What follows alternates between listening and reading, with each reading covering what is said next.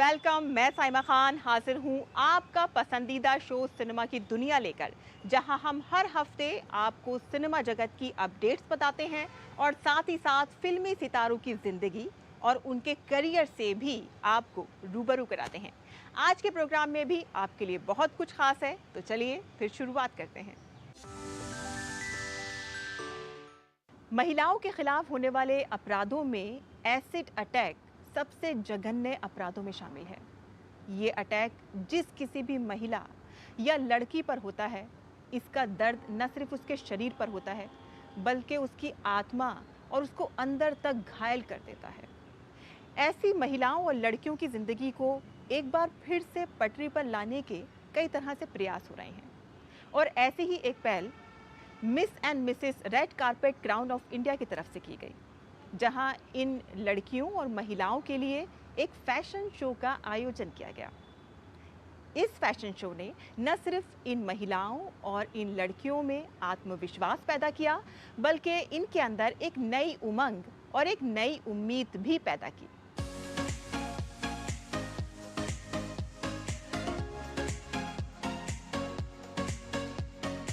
Fashion show का नाम सुनते ही आपके जहन में चकाचौंध भरी दुनिया घूम जाएगी।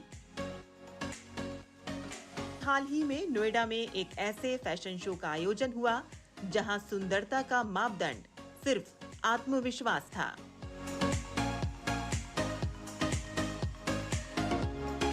Miss and Mrs red carpet crown of India द्वारा आयोजित इस फैशन शो में वो लड़कियां भी रैंप वॉक करती नजर आईं, जो एसिड अटैक जैसे बेरहम हमले का निशाना बन चुकी हैं।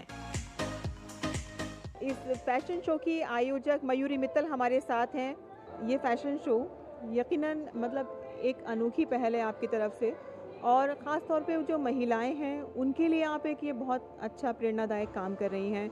इसकी इंस्पिरेशन आपको कहाँ से मिली, ये हम जानना चाहते हैं। सबसे पहले तो साहिमा जी, मैं आपका शुक्रिया अदा करना चाहती हूँ कि आपने मेरी इस थीम को सराहा और मेरे इस मैं कॉज भी नहीं कहूँगी, एक औरत होने के नाते मैं औरत को शक्ति देना चाहती हूँ, क्योंकि औरत खुद ही शक्तिशाली है। उसको रियलाइज़ कराना चाहती हूँ कि औरत बहुत शक्तिशाली है, वो सृष्टि की जननी है।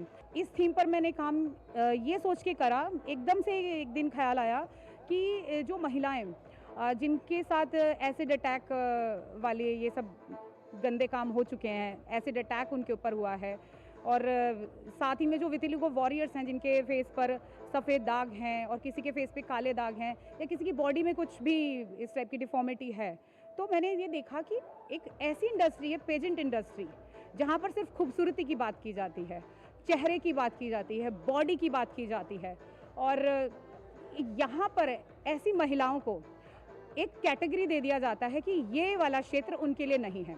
मैं इस बात का खंडन करके इस पेजेंट शो की शुरुआत कर रही हूँ कि हर औरत खूबसूरत है, हर महिला खूबसूरत है, और ये उनको बताने की ज़रूरत है कि खूबसूरती सिर्फ चेहरे की खूबसूरती नहीं होती है, बॉडी की खूबसूरती नहीं होती है। हर क्षेत्र की महिला यहाँ पर मौजूद है, चाहे वो प्रोफेशनल वाइज डॉक्टर हैं, गायनोकोलॉजिस्ट हैं, यहाँ पे जो पार्टिसिपेंट्स हैं, एसिड अटैक सर्वाइवर यहाँ पर पार्टिसिपेंट हैं, उसके अलावा वितिलिगो वॉरियर्स यहाँ पे पार्टिसिपेंट हैं, और सौम्या जैन हैं, आप देखेंगे वो एक बाय बर्थ एक बीमारी से जूझ रही थी, और वो यहाँ पर एज ए गेस्ट हैं, और वो एक मिसाल है लोगों के लिए। जब ये महिलाएं या फिर ये लड़कियां जब ये फैशन शो करती हैं, तो इनकी प्रतिक्रिया कैसी होती है? क्या इनके अंदर आत्मविश्वास पैदा होता है कि हाँ, अभी भी हम समाज से जुड़े हुए हैं और अभी भी हम ये सब कुछ कर सकते हैं? जी बिल्कुल, क्योंकि जब मेरे पास मैंने ये ऑफ़र करा कि ये पेजेंट शो सभी के लिए है, खासकर इन लोगों के लिए नहीं कहना चाहूँगी, हमारी इंस्पायरिंग पार्टिसिपेंट्स के लिए।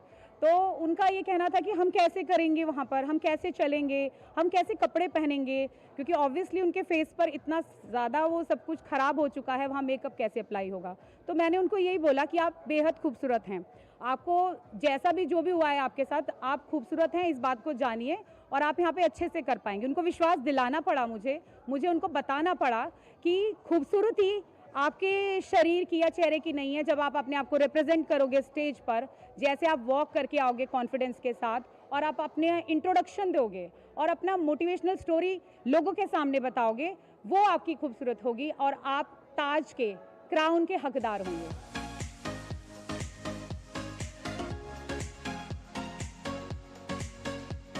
शो में अभिनेत्री मनारा चोपड़ा बतौर मुख्य अतिथि और जज के तौर पर शामिल हुई और इन लड़कियों का हौसला बढ़ाया।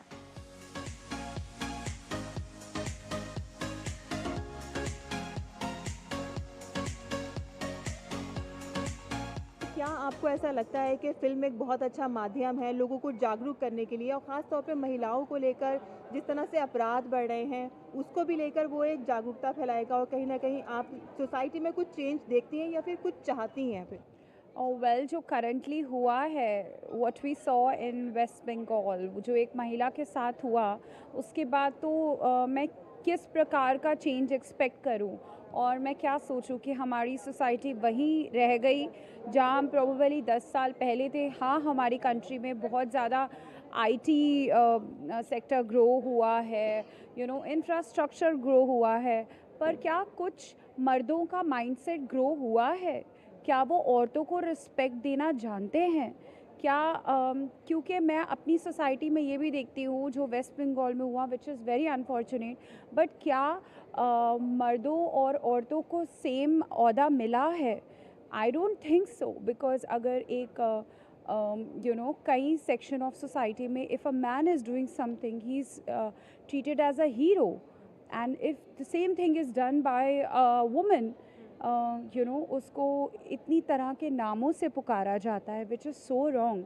एंड अगर हम करें ग्रोथ की, तो अभी मैं अपने देश से बहुत ज़्यादा प्यार करती हूँ। मैं पूरा विदेश भी घूमती रहती हूँ, सब कुछ, बट जब वापस आना होता है तो मुझे घर दिखता है, अपना हिंदुस्तान दिखता है। और मैं बहुत सौभाग्य अपने आप को, मैं I am grateful to my country कि मुझे जिस तरह की अपॉर्चुनिटीज़ मिली और जिस तरह का हिंदुस्तानियों से प्यार मिला। बट ये जो हुआ, मतलब उससे तो मेरी भी रूह कांप गई, and it was so like उनकी फैमिली के लिए भी बहुत फील हुआ मुझे। प्रेरणादायक ये एक प्रोग्राम हो रहा है जहाँ पर इस तरह की महिलाओं को एक प्लेटफॉर्म मिल रहा है ताकि वो भी ऐसे ना समझें कि भाई वो समाज से कुछ अलग हो गई हैं, उनके अंदर कोई कमी आ गई है। तो आप उसको किस तरह से देखती हैं कि क्या फिल्में भी इस तरह का एक माध्यम होती हैं लोगों को जागरूक करने के लिए, और क्या मैसेज जाता है? देखिए, डेफ़िनेटली जो फ़िल्में होती हैं वो आपका एक ज़रिया है जो बहुत ऑडियंस तक पहुंचता है।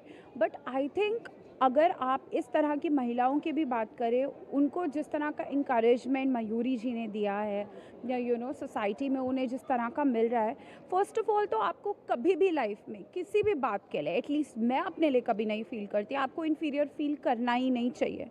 क्योंकि आप जो भी हो, आपने आप अपनी वजह से हो। आप जो अंदर से थॉट प्रोसेस रखते हो, या आपने जिस तरह से अपना माइंडसेट लाइफ में बनाया है, उसकी वजह से हो, तो आप अपने आप को कम कैसे समझ सकते हो? क्योंकि ये जो प्रॉब्लम है, ये तो कल को किसी के साथ भी हो सकती है, बट उसको ऑफ कोर्स बहुत दर्द होता है, बहुत दिल में चुभन होती है, बट आपको हर चीज़ से ओवरकम आके, बिकॉज आप जब होते हो एज एन इंडिविजुअल, आपके आसपास कितने लोग होते हैं जो आपसे अटैच्ड होते हैं, तो आपको उनके लिए खड़ा होना पड़ता है लाइफ में वापस, not only for yourself but also for the people who are around you. तो कभी भी मैं हर महिला को बोलना चाहती हूँ, और मेरे तो हैं ही मेजरली कितनी महिलाएं मेरी फैंस, और ऑफ कोर्स लड़के भी हैं, बट महिलाएं तो भी हैं, तो मैं उनको यही बोलना चाहती हूँ, कभी भी अपने आप को कम मत समझिए, बस आप चलते जाइए और बढ़ते जाइए, और कभी भी दूसरे पे मत देखिए, सिर्फ अपने आप की तरफ ध्यान दीजिए। मिस और Mrs red carpet crown of India की संस्थापक और सीईओ मयूरी मित्तल का मकसद इन लड़कियों में जीने की उमंग पैदा करना है, बल्कि वो चाहती हैं कि महिलाएं सिर्फ मॉडल नहीं, रोल मॉडल बने। इस अनूठे फैशन शो में महिलाओं को हर क्षेत्र और स्थिति में अपने आत्मविश्वास को उजागर करने का मौका दिया गया। एसिड अटैक सर्वाइकर से लेकर विटिलिगो योद्धा तक सभी ने अपनी प्रेरणादायक कहानियां साझा की। My name is Saumya Jain, and मुझे बहुत एक्साइटेड फील हो रहा है यहाँ पर आकर, बिकॉज ये जो इनिशिएटिव है मयूरी मैम के द्वारा, वो स्पेशली इनर ब्यूटी पर फोकस करके ये कंसेप्ट निकाला है, और I am invited as a motivator, तो ये मेरे लिए बहुत प्राउड की बात है। मुझे यही कहना है कि never ever under estimate yourself. आप अपनी इनर स्किल्स, अपनी कैपेबिलिटीज़ और अपने टैलेंट पर फोकस करिए, और सोसाइटी को आपको जज मत करने दीजिए, बिकॉज़ वो हमेशा आउटर अपीयरेंस के पीछे भागती है। अगर आप अपनी टैलेंट और अपनी इनर ब्यूटी पे काम करेंगे तो आई थिंक आपको कोई भी सक्सेस अचीव करने से रोक नहीं सकता है।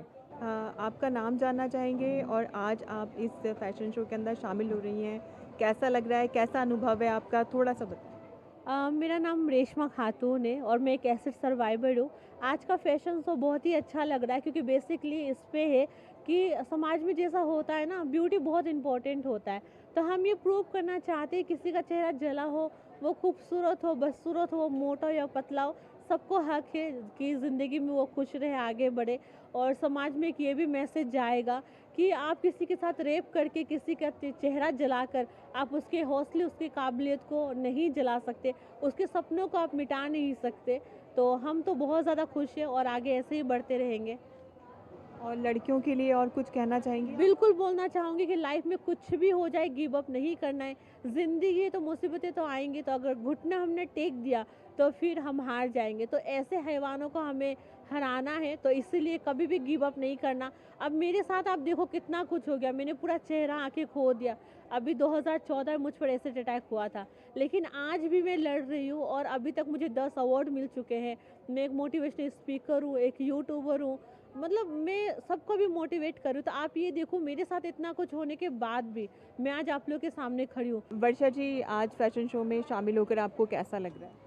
मुझे बहुत अच्छा लग रहा है, बहुत मतलब इतना सोचा भी नहीं था कि एक विटलिगो गर्ल को भी इस चीज़ की अपॉर्चुनिटी मिलेगी, तो आई एम सो ग्लैड मैं यहाँ पे हूँ। बहुत अच्छी फीलिंग्स आ रही है मेरी तो। और लड़कियों के लिए आप क्या कहना चाहती हैं?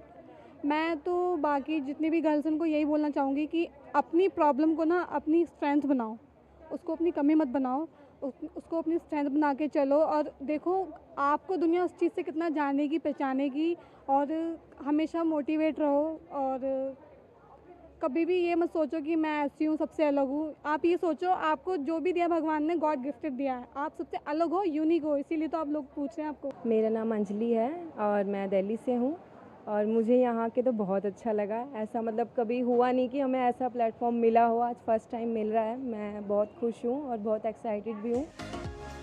इस शो में शामिल प्रतिभागियों को ताज भी पहनाया गया, जहां एसिड अटैक सर्वाइकर रेशमा खातून प्रथम स्थान पर रहीं।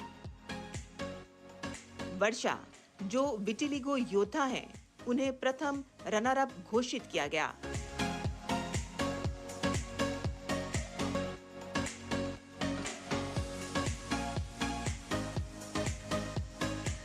और सौम्या जैन, जो दूसरे रनर अप के रूप में उभरी।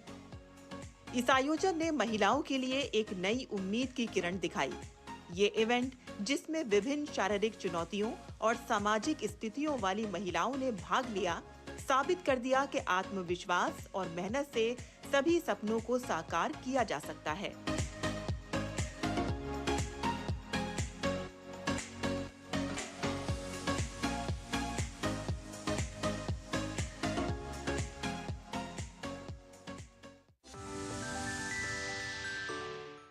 कैलाश खेर, जो भारत के पॉप रॉक गायक हैं, उनकी गायकी भारत के लोक संगीत और सूफियाना संगीत से बहुत ज़्यादा प्रभावित है और उनकी गायकी मौजूदा गायकों से थोड़ी सी अलग है, थोड़ी सी हटकर है।